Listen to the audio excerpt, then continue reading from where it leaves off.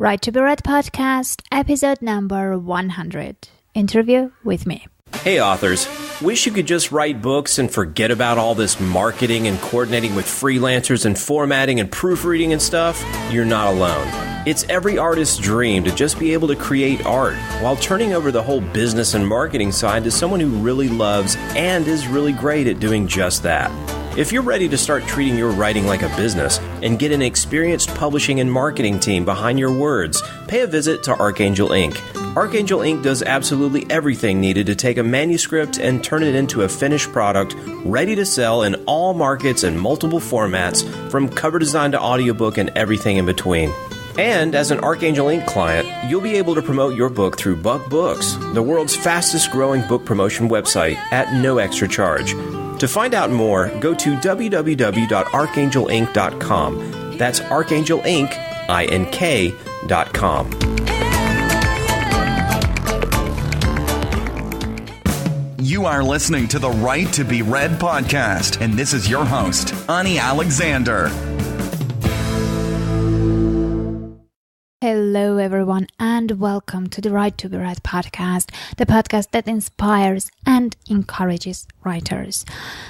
I can't believe I've told this already 100 times. I'm really happy to announce that today we are at episode 100, and I would like to especially thank those who have been listening to the podcast since the very first day it has launched. And that was back in July 1st, 2014.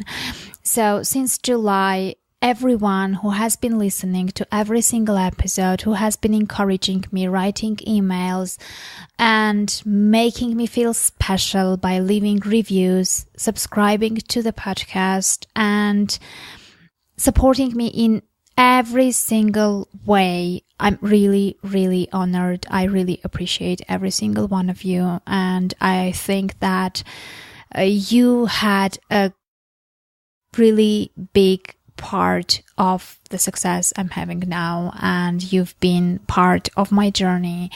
And if not you and your encouragement and your positive attitude and really great feedback, I might not have been doing this for so long, and I definitely would not enjoy doing it as much as I do now.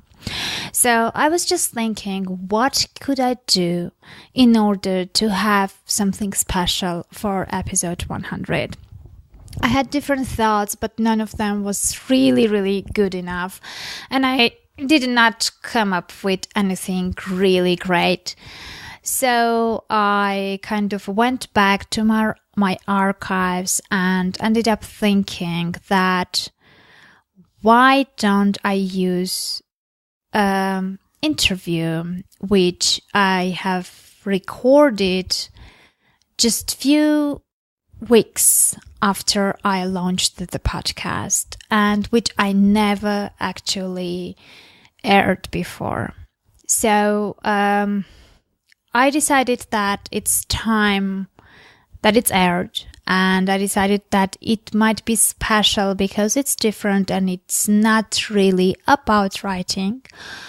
And it's something I never had before on the show, so it will be here today for the episode 100. And what I'm talking about is interview with me.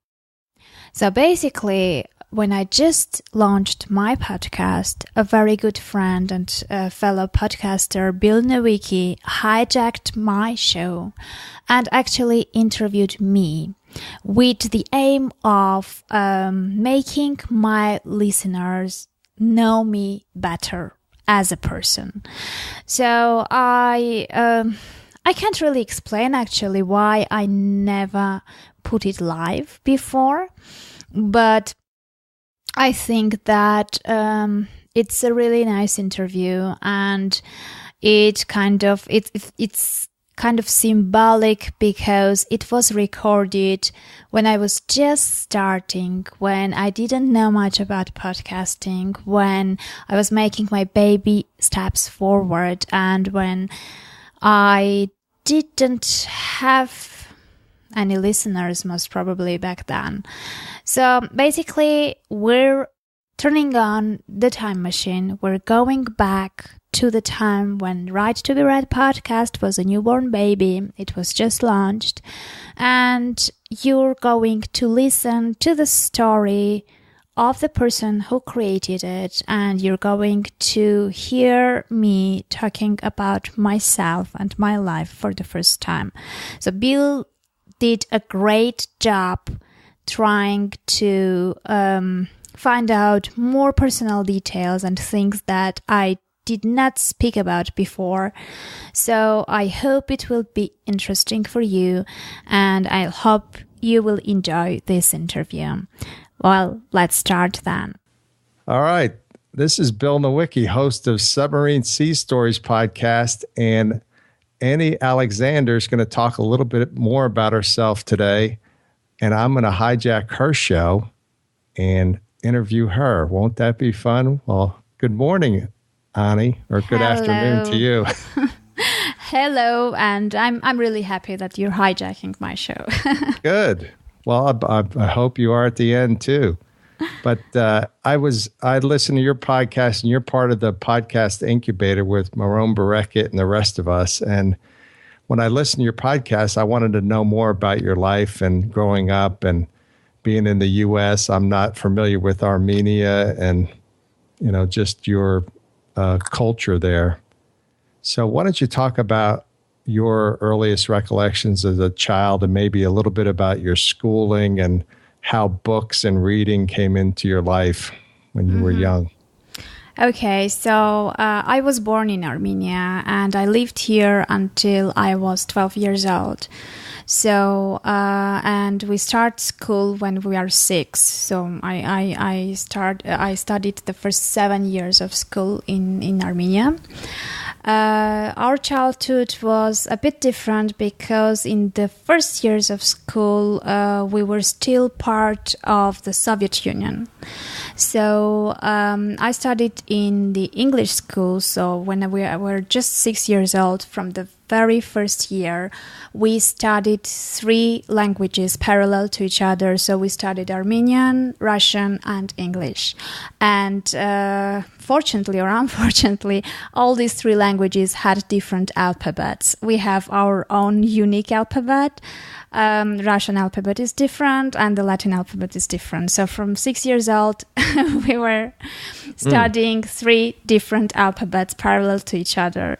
And the most terrible thing were the English classes, because my real name, Annie Alexander is my pen name. My real name is Annie Chibukhchian. And it's... Wait a minute. When you spell it...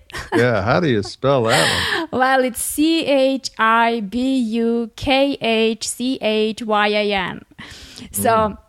Children were, in English classes, we were going to the whiteboard. Well, it was a blackboard with a chalk back then. Mm-hmm. So we were going there, and everyone had to write their name in English. And it was, oh boy. For me, that was like the worst part of the English class.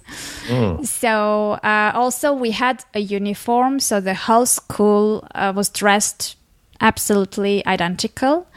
And in general, in schools of the Soviet Union, we had standardized approaches to everything. So you were supposed to think like the others. You were supposed to behave like the others. It was very strict. But parallel to that, I don't want to say that everything was bad, because parallel to that, the Soviet educational system was very strong. And I'm very happy that I studied there, because we had a very high quality education. So that part was really good. So at the end, maybe all those small things were I mean, if you were to become mathematicians, for example, then it's very good, because what was bad in the Soviet schools was that they were killing the creativity.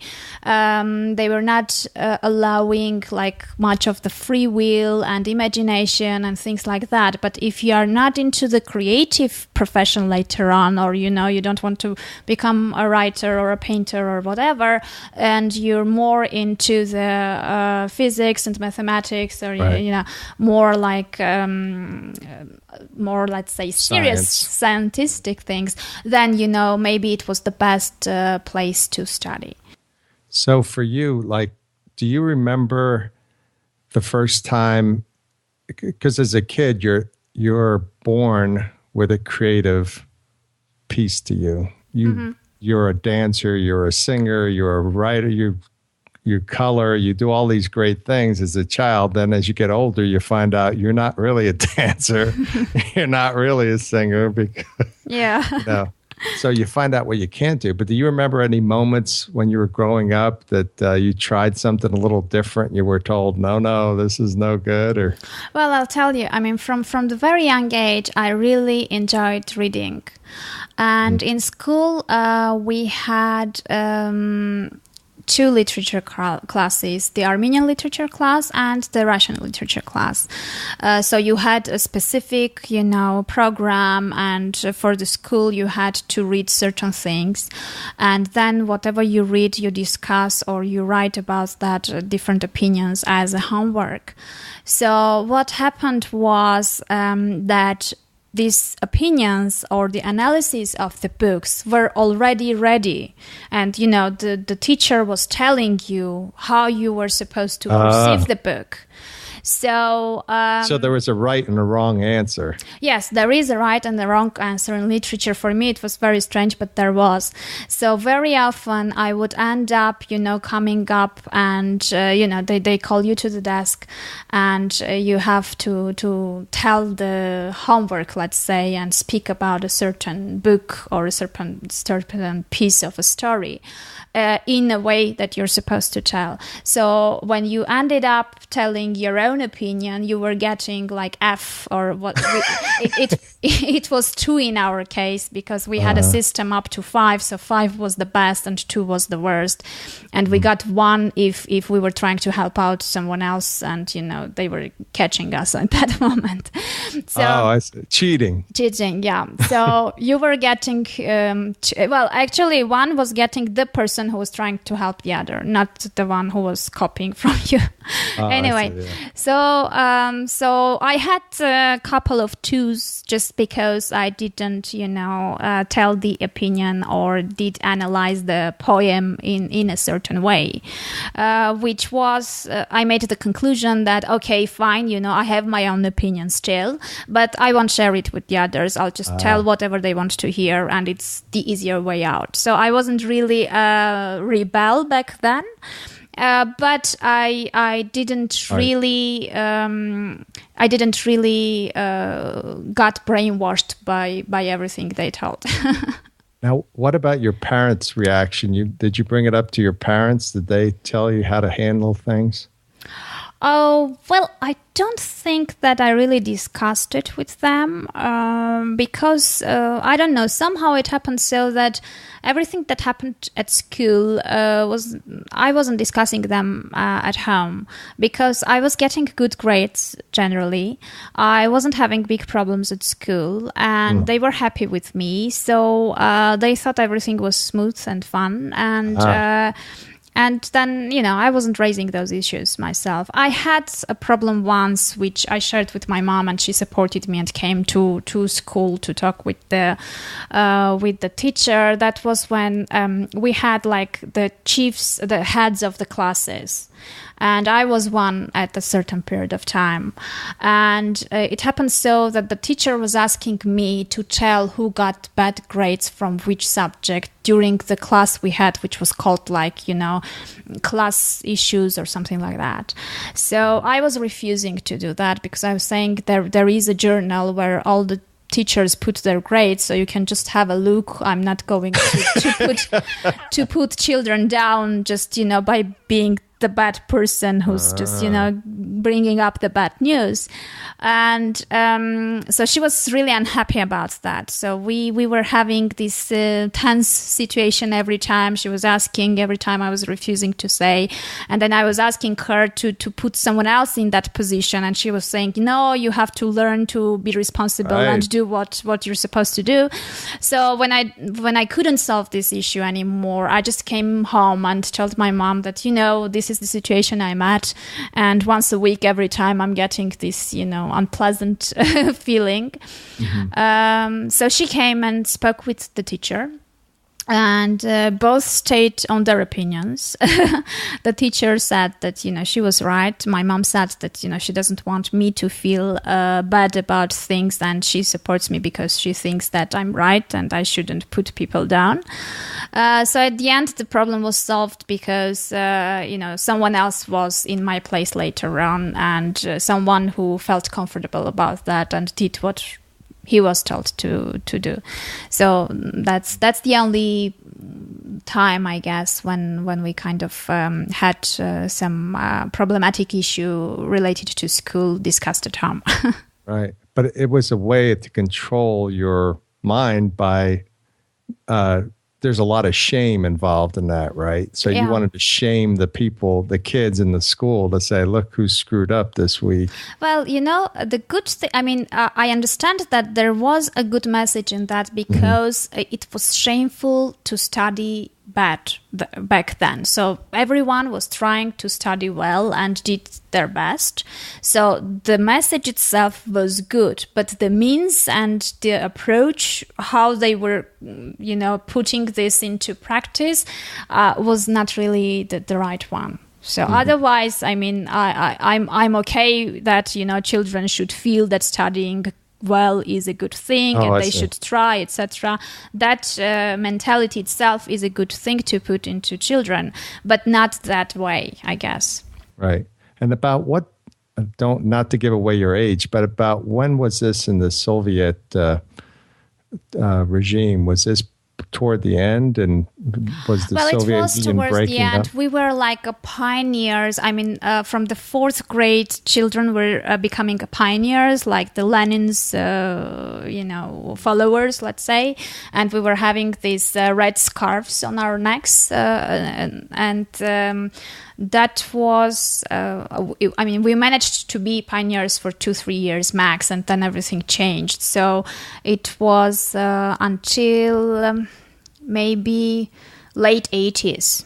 Mm-hmm. Yeah.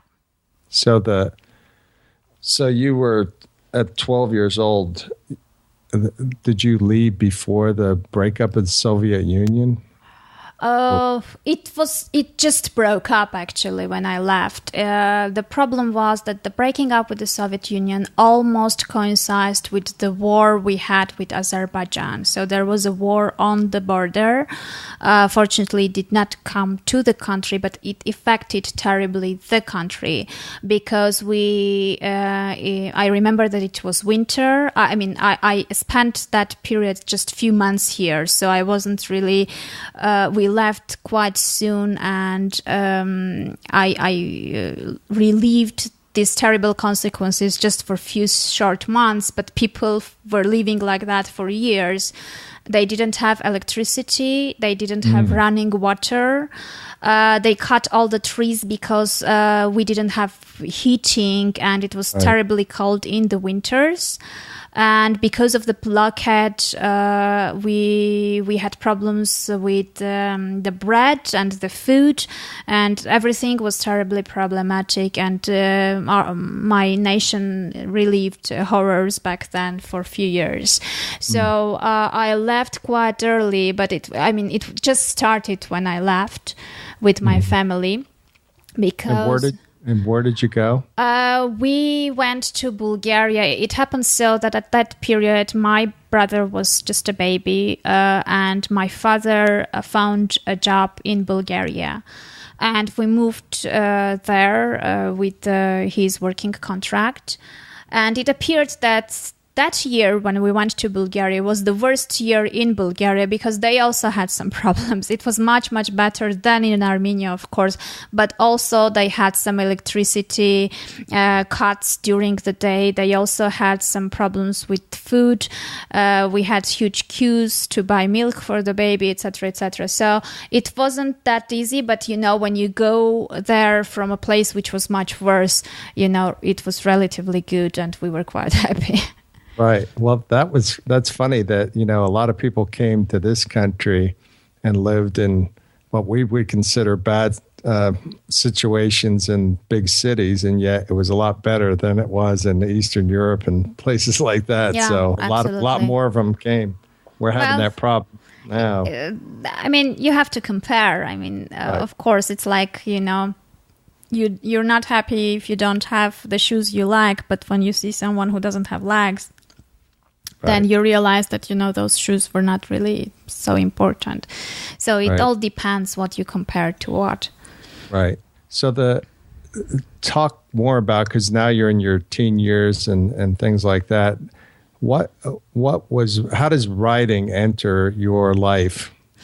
Well, writing didn't enter yet, actually, because, I enjoyed writing. When we were having as a homework different composition on different topics, I enjoyed coming up with texts, etc.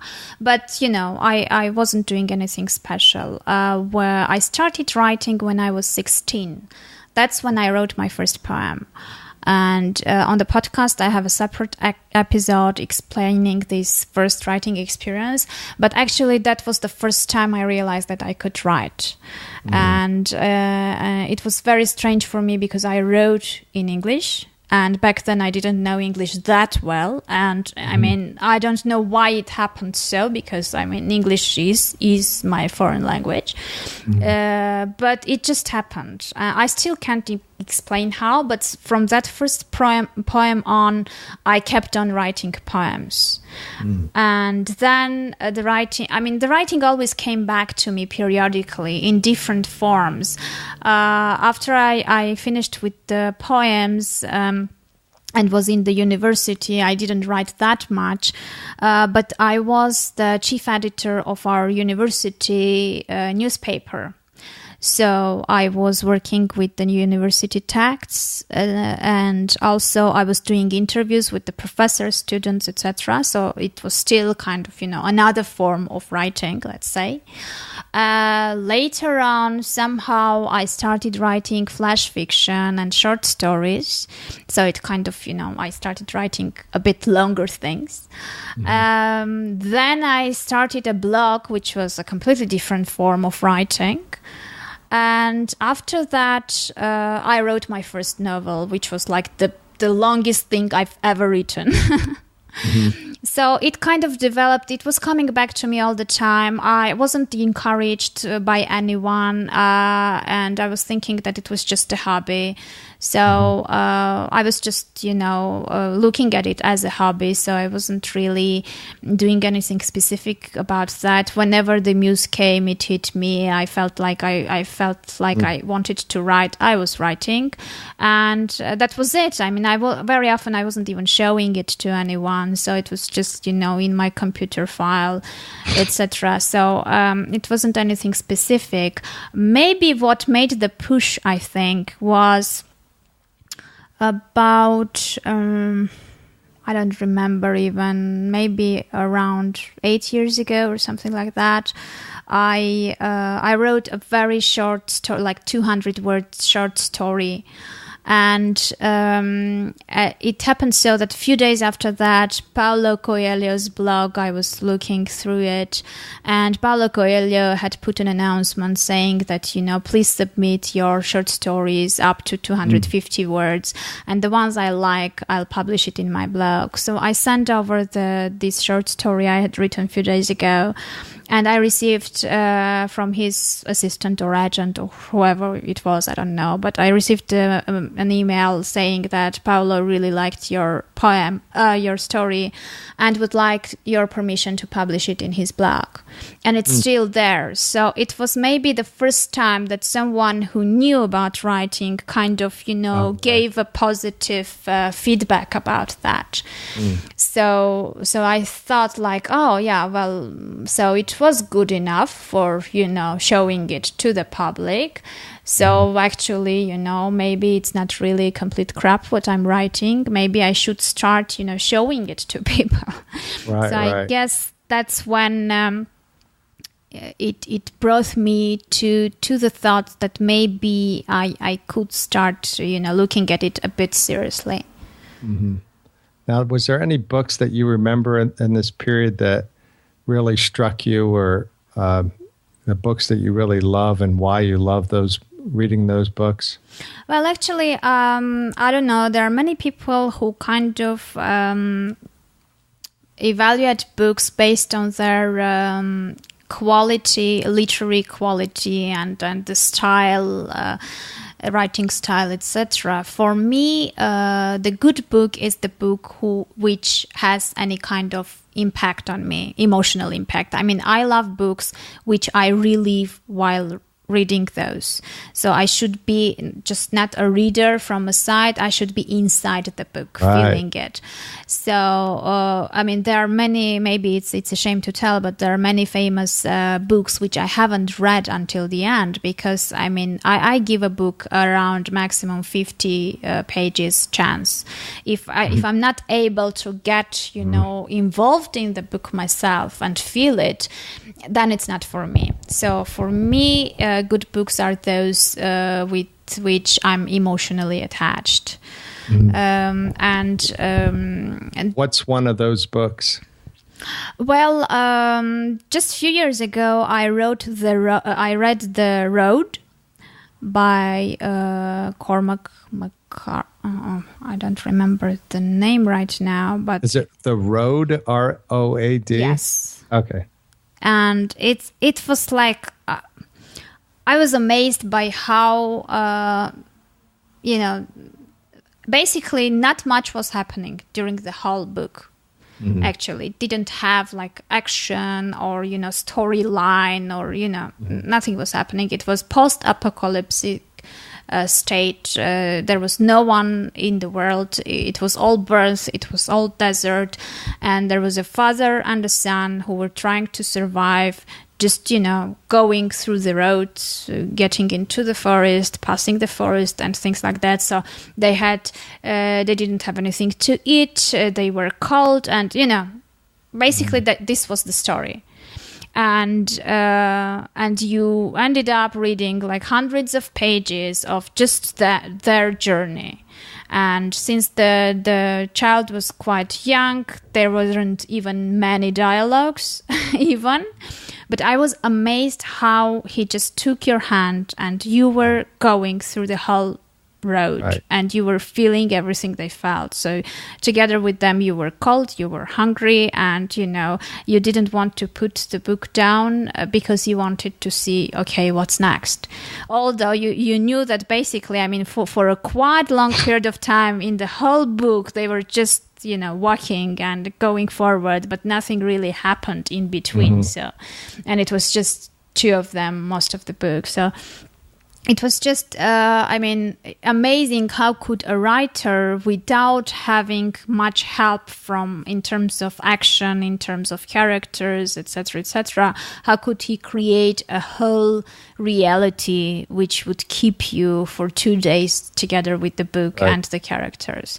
So, that was really, really interesting, especially since I don't usually read this genre of books. So for me, it was even stronger because, usually it's not something, I look at so much.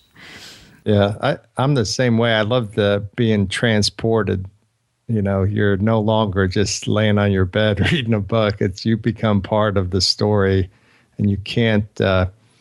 You get so involved in it, you can't extricate yourself from it. You're part of that dialogue and what's going to happen next and the emotions. Like you said, I agree. I love the emotions of a book and where it takes me. And we're on podcasts, so we're storytellers, but I listen to podcasts and audiobooks too. And I can remember not remembering where I was driving or missing a turn because I was so involved in the story. I see. Well, another one which also I read recently is The Ocean at the End of the Lane by Neil Gaiman. It's another one which is not really, it's a mystic thriller and things like that. And it's absolutely not the genre I read usually, but that also was very, very influential. And the other one which I loved was The Book Thief. And that one was really good as well. I mean, those are the ones which are, different from the others. So it's not really a standard book that a person wrote because he knew that readers like this kind of books. And, you just look at it as a business and you write it. It's the other way around. I think those books were written because the writer felt that they should have been written. And then just, the audience picked it up. So it was like more the writer was dictating what should be read instead of the other way around. Yeah. So where are you now in your writing journey? Well, at this stage, I have one book of short stories where I have like 23 small stories there and 2 novels published on Amazon.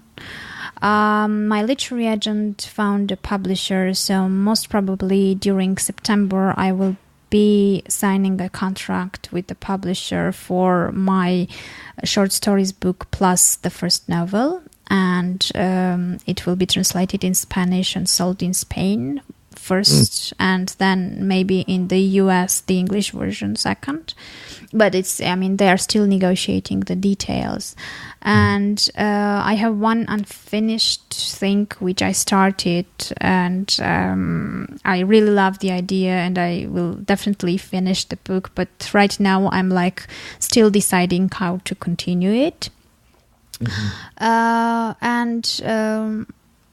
And I'm thinking about that very soon I should look at it more seriously and come up with a real plan and write more books and more frequently and put myself into this habit of writing every day. I'm not there yet, but, very soon I will start looking at it, more professionally, let's say.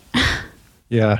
And since this, I think I'm going to close with this question, but since you do a podcast for writers, why don't you tell folks what your normal day is like in terms of, I find it fascinating. I'm an electrical engineer, so my life's a lot different than a writer's life, but I love the idea of how do you get in the creative mode? So how do you get in that creative mode? Well, when I'm writing fiction, because, writing it includes different things. You can write a blog post, you can write like the small script of the podcast episode, or, different things. So mainly what requires most concentration and put you into the wave is fiction writing for me personally. So, and with fiction writing, I have 2 stages. One is when, there is, at some point, it doesn't matter when it is. It may be at night or it may be in the morning. It doesn't really matter. It's not really predictable, but deep inside you have this feeling that something is there, and if you sit now it will come out and you will write something good. You just feel it inside. It's not, it's nothing to describe. You can't really define it very well, but it's just this feeling in your guts that something is coming out. It's almost ready. You just have to sit down and pour it out. At those points, it's very crucial that you are somewhere where you can just get a pen and paper or computer, and you definitely have to sit down and write. And the strangest thing is when I'm sitting down at that point exactly, I'd have no idea what I will be writing about. I have no clue. I don't know anything. But I write the first sentence and it flows, and it has a feeling that someone else is writing it, not you. Someone is telling you what to write, and it's not really deliberate. It just happens. So those are the things which come out as the best writing pieces usually, because those are like, I don't know, I mean, it's just a magical process. It happens, after the first sentence, it just flows and you write. You don't know when you will finish. You don't know how you will finish. It just happens. It goes. And then at some point you realize that that's it and you sit up. So it of course, it doesn't happen with novels. I'm talking mostly about short pieces like short stories, essays, flash fiction, poems, things like that. So those are like the best times when you feel it and and it happens. And I'm still not sure whether it's me writing or the muse writing or whatever, but those are like the perfect times. If that doesn't happen, if I'm writing something longer, which takes like, days, months, and if for example, I'm working on a novel, what happens is, usually, if I have something written already, what I'm doing is absolute solitude. So I'm writing when I'm alone at home, or very early in the morning when the others are sleeping, or very late in the night, and I need to be alone. I have to make sure that I'm not in a rush, so I don't have something coming up like in 1 hour or 2 hours. So I feel like this, I have to do it fast, and I have to take my time. I have to know that after that I have nothing to do, at least for a few hours, so I can take my time. I put on music so I can, get into this nice state of having music accompany me. I read what I've written before, like at least the pieces I did the day before, in order to get into the story. And then when I'm coming to the scene that I will be writing, I'm taking some time, I'm trying to relive it myself. So I imagine it, I feel it, etc. And then only I start writing. So actually, very often, this preparatory stage, putting yourself into the mood, into the book, and into this wave, may last longer than the actual time when you are writing it. So when I'm writing quite fast. But I need more time to get ready to write, rather than, the time I spend on typing the text itself. So it's I don't know. I have a feeling that with everyone it's different. So I don't believe that people can give tips in terms of how to write, because everyone finds his own ways, and you have to experiment, because there are people who write better outside, who write better at home, or who need music. There are some people who like silence. So it's different. You have to just try different things and see which works best for you. Mm-hmm. Well, that's great. I lied. I want to ask one more question. You talked about writer's block in one of your podcasts, and how you just keep writing to get over that. But was there a period in your writing that you just said, boy, this isn't for me, or I should go back to my old job, and all those kind of things, all those doubts? What do you do when those periods happen? No, well, actually, no. Getting back to your job is something I've never thought about after I quit. I mean, for me, it's clear. I will go to work if I need to do that financial wise. So, I mean, I'm happy enough to have my husband who supports us financially, and I'm not obliged to work because he supports us. But I realize that, if things change and, my income will be required, I will definitely go and find a job again. But that's something out of necessity. But, with my desire, I won't do it because I don't want to. But there have been times when I was thinking that, the doubts come more related to the writing, like, oh God, I will not be able to write like that book, the big thing, the good thing, that, that the writing is not good enough, that I still have to work on that, etc., etc. But those are the ones the thoughts I'm trying to chase them away. And usually when I'm writing, I'm trying not to overanalyze what I've written. So usually I never edit anything or change anything before the whole manuscript is complete.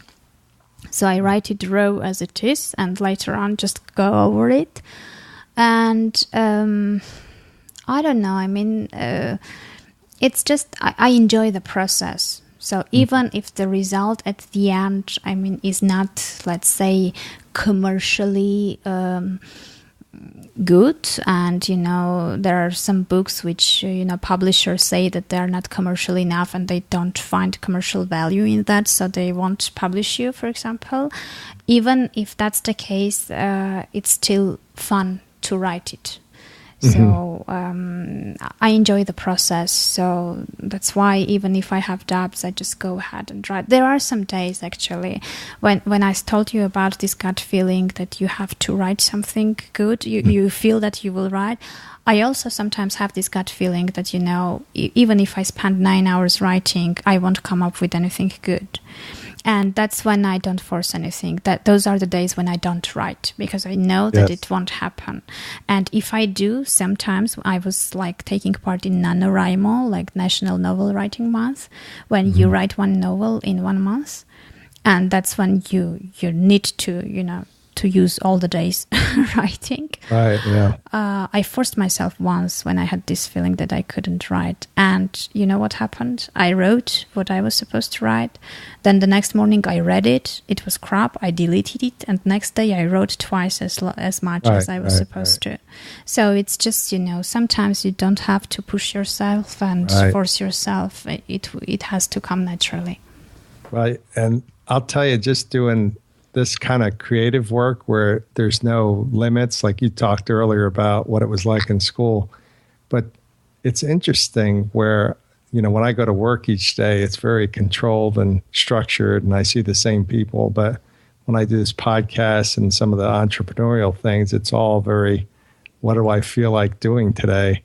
And it's great in a lot of respects, but it's a little scary too, because I don't have anybody kind of keeping me, at least helping me through those times where, like you were saying, that I might not feel like doing podcasting today, but you still have to get a podcast out. So I think it's good and bad. I like having deadlines, to be honest with you. Deadlines help me. Do they help you?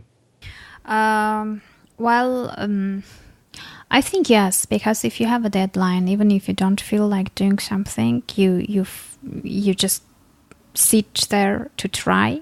And very often when you try, it comes with the try, with the time. So, you may not enjoy it for the first 10-15 minutes, but at the end you can, get into the mood and it can work quite smoothly. For example, I recorded a few episodes the day before yesterday.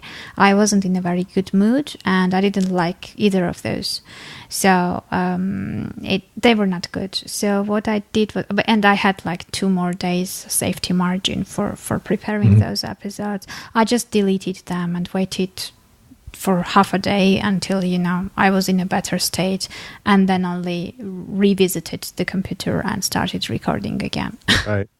Well, I hope this episode makes it through the editing process. But yeah, I really have enjoyed talking to you because, like I said, I love the process and understanding what authors do. But I think I enjoy just getting to know you a little better, and hopefully the people that listen to your podcast will get something out of this too. Well, I hope they won't be disappointed. Like your teachers were in school. Yeah. Very good. I think that's enough for now. Okay. Well, thank you. Thanks a lot. You sound a little apprehensive. No. It's fine. Okay. Well, I guess that was it. I hope you enjoyed the interview. If you would like to help me out actually to grow further the podcast or to get in touch with me and stay connected, these are the ways you could do that. First of all, you can subscribe to the podcast on iTunes or Stitcher. You can leave reviews for the podcast, and basically I have to tell that whenever I feel down or whenever I get doubts or whenever I don't really feel like, recording that specific episode at that specific day, I go back and read those reviews and feel really honored and kind of remind myself that there are people who listen to me and who care and who like the podcast, and I regain the confidence and get back to work. The other thing, which is very important, I realized that many of my listeners are not on my email list. And usually I keep in touch with my email list and I email them different things which not necessarily are included on the podcast. And I send them messages which might be useful for them as writers, or it's just a nice way to stay in touch.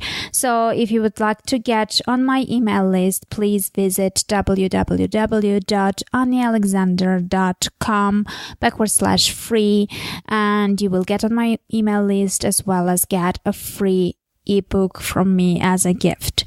So I would love to have you on my list. It would be really nice. Otherwise, apart from all those 3 really good things which don't take too much of your time but really mean a lot to me, what you could do is just send me an email to Annie@anniealexander.com and, simply tell who you are, why you're listening to the podcast, how can I help you, and just connect, and let's start building engagement and relationship from our very first contact through the podcast. So I guess that was it for today. Well, 100th episode is finished now. I hope I'll have 100 more to share with you with the time. Meanwhile, just, stay connected and keep on writing. And I hope that we will stay together for much, much longer. Take care. Thank you.